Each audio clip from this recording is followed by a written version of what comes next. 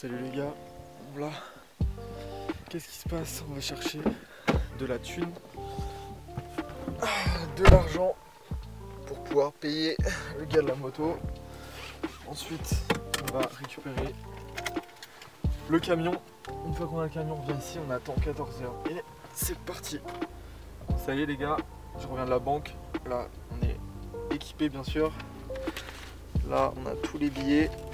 C'est nickel, il n'y a pas tout bien sûr. Hop, et là on se dirige vers la location pour l'utilitaire. Allez, tout de suite. Bon les gars, on est devant l'agence de location. Ada, fermé. Fermé et le mec au final hier il a pas vu ma réservation parce que je l'ai faite à 19 h 30. Ça fait qu'il il peut pas venir, il y a personne qui peut venir me déposer le véhicule. Ça fait que là il a appelé une autre agence pour savoir s'ils peuvent, s'ils sont ouverts déjà et s'il y a quelqu'un qui peut me déposer un véhicule. Donc ça fait un peu chier mais bon, j'attends l'appel. Finalement je dois changer d'agence, je dois faire 44 km pour aller chercher le putain de camion. Voilà, une erreur, mais c'est pas grave.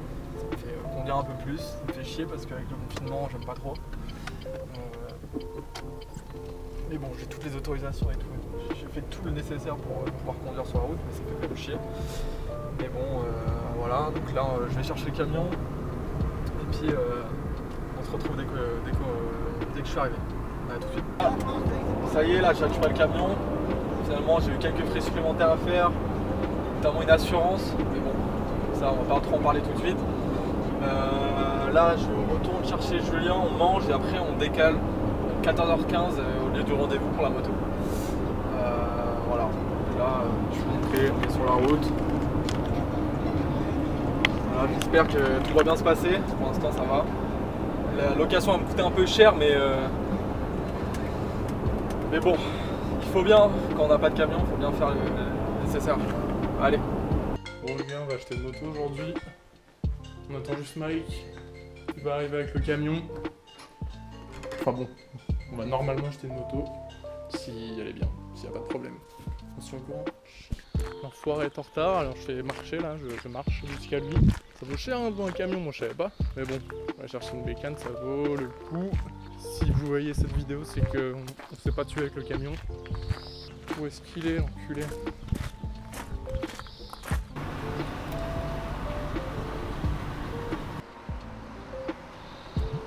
Il me filme l'enfoiré. Lâche le boy. Bien ou quoi? T'as des gants là. Ouais. Tu me mets dans le mal, moi j'ai pas de gants. Wesh.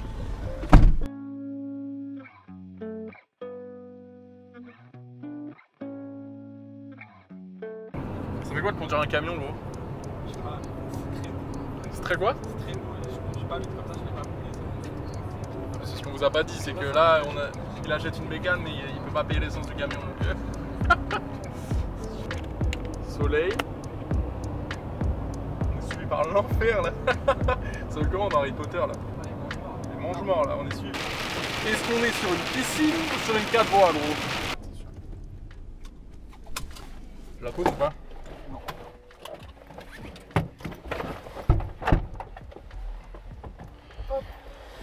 Bonjour. Vous allez bien? Merci et vous. On se serre Alors pas. c'est mon fils que vous avez. Ah, on Ouais, serre ouais. pas la main, pardon, effectivement. Ouais. C'est mon fils que vous avez eu au téléphone. Non, c'est pas lui. Donc ce que je vous propose, c'est qu'on aille le voir parce qu'il est juste là-bas, il nous attend. Voyons-nous, hein. Et puis comme ça, on regarde tout ça ensemble. Ok? Vous nous suivez, ça marche pas. Les gars, je sais pas si vous le voyez au loin. J'arrête de filmer. Non, on va partir, on va rectifier. Je me mets peut-être là. Non, non, là-bas, là-bas. J'aurais dû filmer avec le Canon 600D plutôt. Ouais, tu vas le prendre. Allez, à tout de suite les gars. Bon les gars.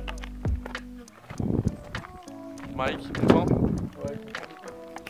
Ok les gars, petite pause, petite parenthèse, juste pour vous dire que là, on est passé directement du moment où on allait voir le mec pour la moto à la moto est dans le coffre. Donc là, vous allez voir, on va voir la moto. C'est juste parce que le mec, il a pas voulu qu'on le filme, lui et son fils, ce qui est compréhensible. Donc nous, on n'a pas filmé, mais vous allez voir plus tard, on explique un peu comment s'est passé la négo. Oh, faut que je fasse le... Voilà. Tu veux filmer ou quoi? Bon, on a le mec qui a pas trop voulu qu'on le filme. Normal. Mais la moto est là. Il y a 2-3 trucs à refaire, mais globalement elle est nickel. Hein. Le pneu là qui est mort. Ça fait pas le focus, mais vous voyez quand même que c'est mort. Le pot, bon là on voit pas, vous verrez tout à l'heure, mais en gros il y a une fissure, donc faut changer le pot, mais on comptait le changer dans tous les cas. Tu vois là quoi. Sympa non, les couleurs et tout. J'ai changé le kit déco, Tu les mets pas de base sur l'annonce? Non. Puis les poignées elles sont mortes. Après j'en ai une autre noire comme ça. Le guidon il est stylé je trouve. Ouais, je vais changer aussi. Tu vas tout changer? Tu vas en avoir pour combien? 500 balles? Plus que ça. Content quand même.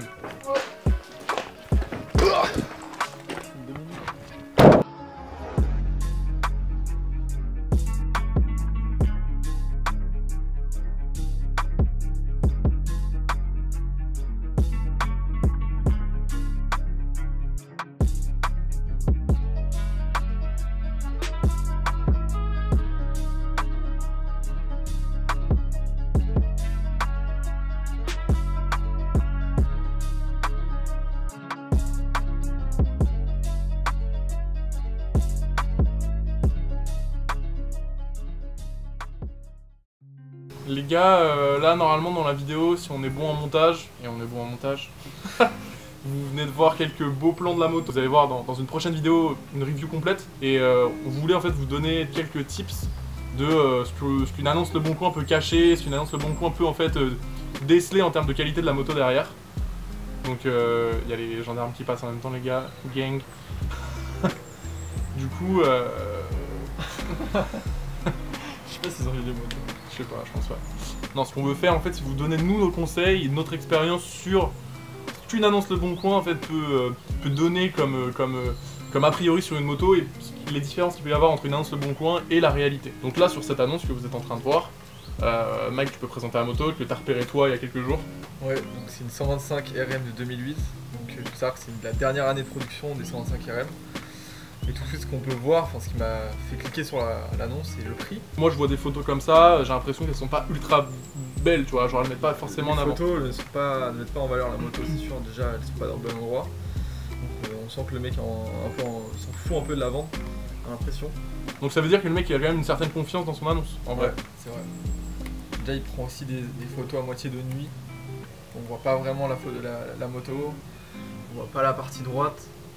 Pas ce qu'il y a. Après, il y a autre chose à analyser, c'est le texte. Donc, s'il y a une grosse description avec une présentation, des bullet points, voilà, structuré, des retours à la ligne propre, ça en dit énormément sur l'annonce aussi. Donc là, et les fautes aussi, les fautes d'orthographe. Donc bonjour, je mets AIS.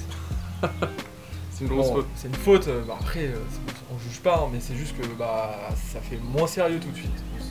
Moins sérieux, c'est une annonce moins sérieuse. Donc bonjour, je mets en vente mon 125 RM 2000. Moto très propre, bien entretenue. Jouant spin neuf, plaquette avant arrière neuf, chaîne neuf, roulement neuf, pneu arrière à prévoir, 2 jantes Excel. Pneu arrière à prévoir, il y en a pour entre 50 et 70 balles, ça dépend où on met. Roulement neuf, c'est les roulements roue, pas les roulements de guillettes, donc ça va falloir refaire bientôt je pense. Petite chaîne neuf, il a dit qu'il avait payé 300 €, à mon avis c'est pas vrai. Voilà, jouant spin neuf, je sais pas parce que j'ai vu que la fourche avait un peu coulé, il y a des couleurs. Et surtout ce qui me manque, c'est les heures de la moto en fait. Le piston avec 30 heures. Donc 30 heures, ça commence à se fatiguer. Il va falloir refaire un piston bientôt. Donc pas beaucoup d'infos, on y va avec beaucoup d'interrogations. Il y a une chose aussi importante, c'est le contact, la communication avec le vendeur. Donc c'est logique, là on va vous montrer la conve, mais avant de donner au mec un rendez-vous, etc., cherchez à toujours en savoir plus dans la conversation.